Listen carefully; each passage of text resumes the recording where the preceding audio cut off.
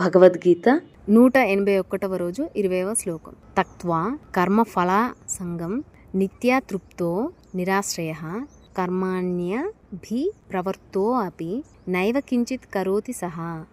తక్త్వా కర్మఫల సంగం నిత్యా తృప్తః నిరాశ్రయః కర్మాణి అభిప్రవృత్తః అపి నా ఏవ కించిత్ కరోతి సహ.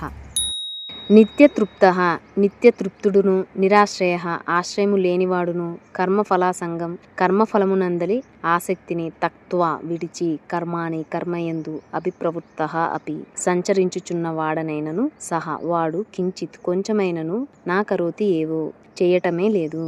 ఎవడు కర్మఫల మందాసక్తిని విడనాడి నిరంతరం సంతృప్తి కలవాడై దేనిని ఆశ్రయించక ఉండునో అట్టివాడు వాస్తవముగా వాటికి కర్తకాడు.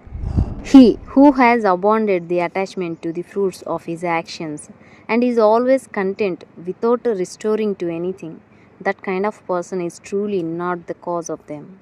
కర్మఫలాల పట్ల మక్కువను విడిచిపెట్టి దేన్ని ఆశ్రయించకుండా ఎప్పుడు సంతృప్తిగా ఉండేవాడు నిజానికి దానికి కర్త కాడు. అలాంటి వ్యక్తి నిజంగా దానికి కారణం కాదు అంటే కర్త కాదు అని.